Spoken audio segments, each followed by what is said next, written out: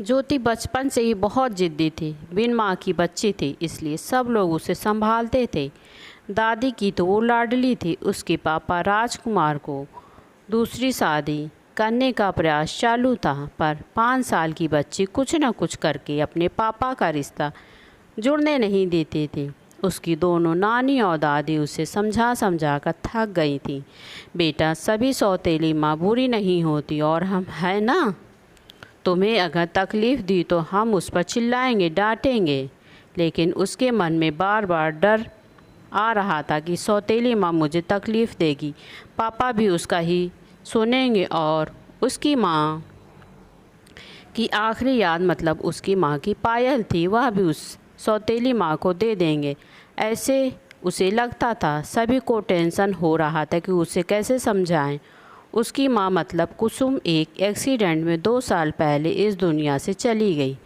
तब से लेकर अब तक वह बच्ची सभी संभालते थे, और उसकी यह जिद ज़रा ज़्यादा ही थी। कैसे बताएं अभी इसे।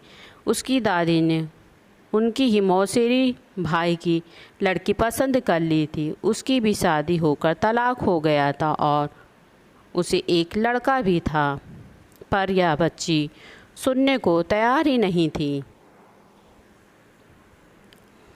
वह लड़का मतलब उससे ही सब प्यार करेंगे, मुझसे ऐसा नहीं मन में वहम बिठाए वो इस शादी को नहीं होने देगी, ऐसी जिद पकड़ कर बैठी थी। उसके जिद के आगे राजकुमार भी नहीं बोल सका। दोनों दादी और नानी काफ़ी चिंतित हो गईं। बाद में कुसुम की माँ ने समस्या का समाधान निकाला।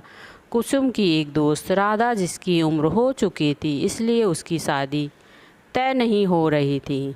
उसके घर जाकर नानी ने सब हकीकत बताई। वह सब सुनने और समझने के बाद भी राधा शादी के लिए तैयार हो गई।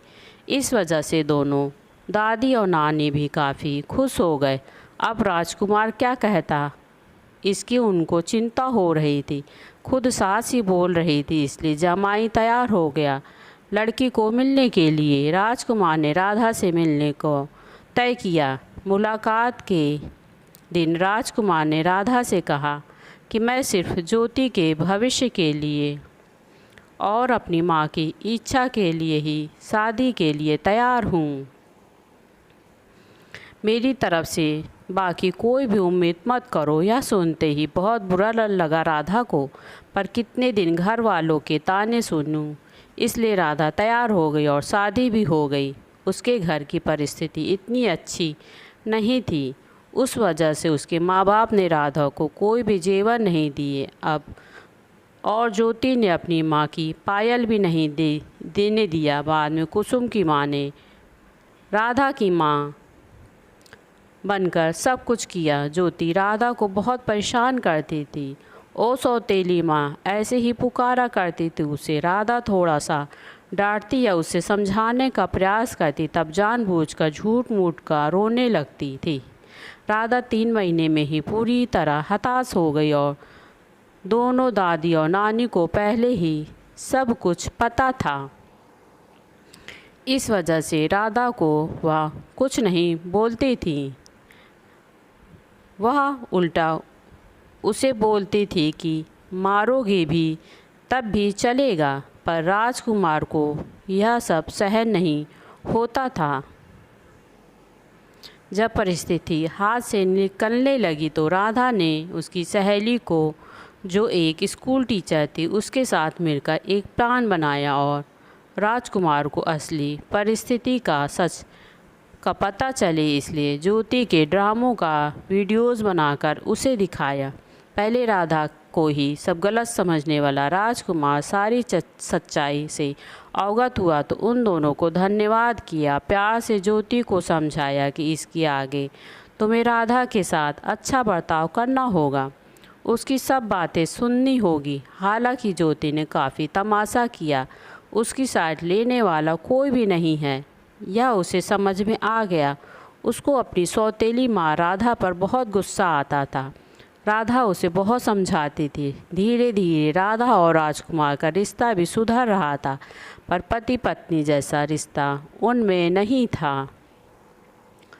और वो राजकुमार ने उसे पहले ही बता दिया था।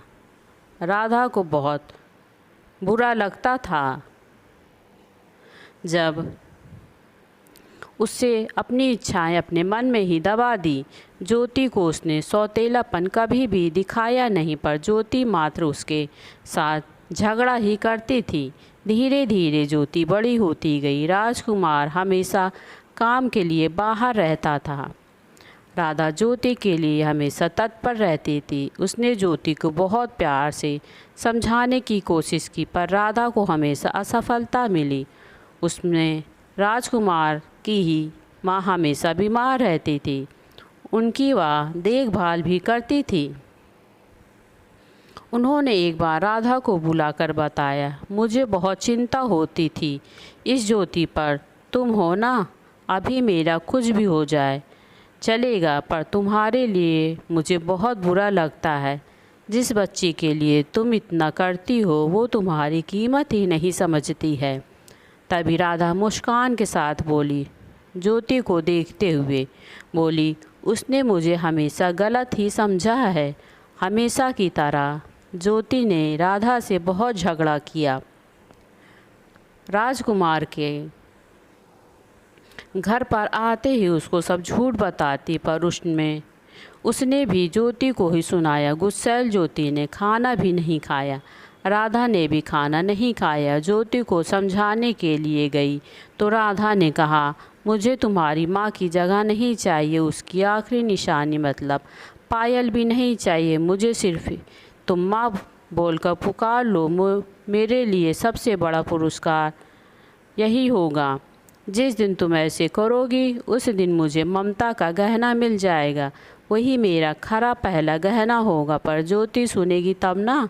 जैसा था वैसे ही सब चालू रहा। कई दिन बाद दादी की तबीयत बिगड़ी। उन्होंने राजकुमार को बुलाया और कहा, राधा बहुत अच्छी लड़की है, वह कभी भी भेदभाव नहीं करेगी। तुम उसको अपनी पत्नी की तरह स्वीकार कर लो। उसकी भी कोई उम्मीद होगी तुमसे, वह पूरा करो।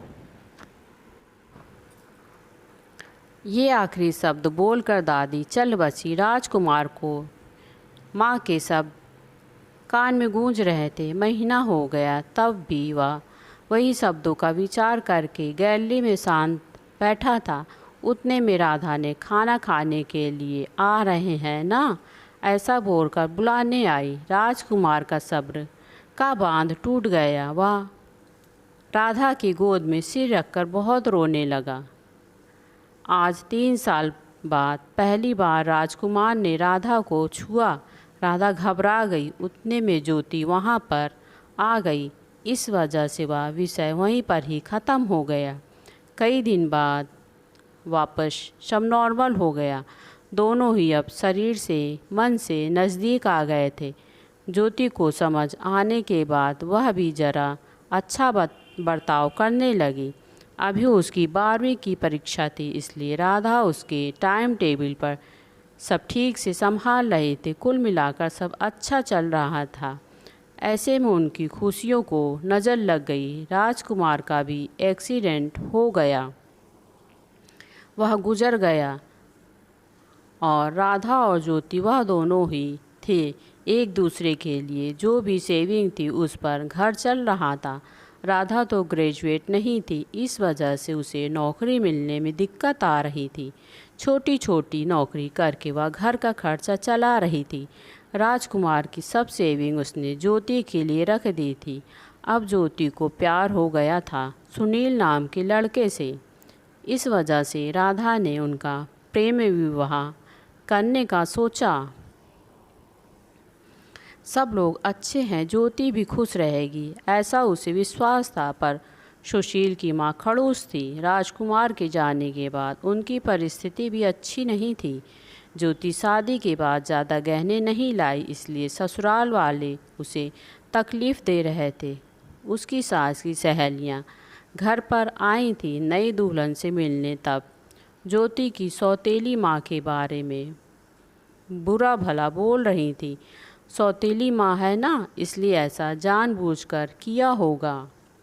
सब कुछ खुद के लिए रखी होगी और बेटी को गरीब बताकर सिर्फ मंगलसूत्र और पायल पहनाकर भेज दिया और हंसने लगी।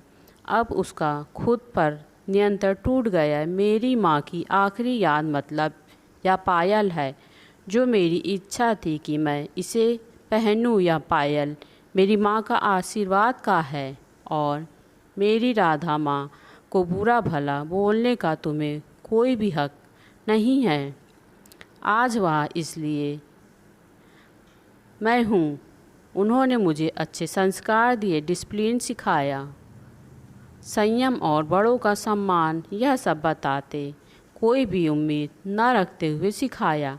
पापा के जाने के बाद भी उन्होंने कमाए हुए एक पैसा भी खुद पर ना खर्च करते हुए सब पैसे मुझे दिए। कभी भी सौतेलापन उन्होंने मुझे नहीं दिखाया। मेरे लिए उन्होंने खुद का बच्चा तक नहीं होने दिया। पर मुझ पागल को कभी समझ में नहीं आया। उन्होंने सिर्फ और सिर्फ प्यार किया मुझसे। उन्हें एक ही चीज़ चाहिए थी जो मैं कभी दे नहीं पाई। सब औरतें एकदम सोच में पड़ गईं कि आखिर वह कौन सी चीज़ चाहिए थी। उन्होंने ज्योति से पूछा उन्हें क्या चाहिए था। सच में बहुत महंगा गहना होगा, इसलिए तो उसने इतना एडजस्ट किया होगा। बातचीत हो रही थी तभी वहाँ राधा आई और औरतें खुसुर फुसुर करते हुए हंसने लगी। राधा मन में डर गई। ज्योति ने ऐसा क्या किया होगा, ऐसा क्या किया जो सब औरतें उसे देख रही हैं। तभी ज्योति ने राधा को गले लगाकर प्यार से माँ बुलाया। दोनों माँ बेटी सब भूलकर एक दूसरे की बाहों में गुम हो गईं। औरतें जब जाना कानाफूसी कर रही थीं तभी ज्योति बोली, आप सब वह गहना देखना था ना, यही माँ बुलाकर ममता का गहना उसे चाहिए था।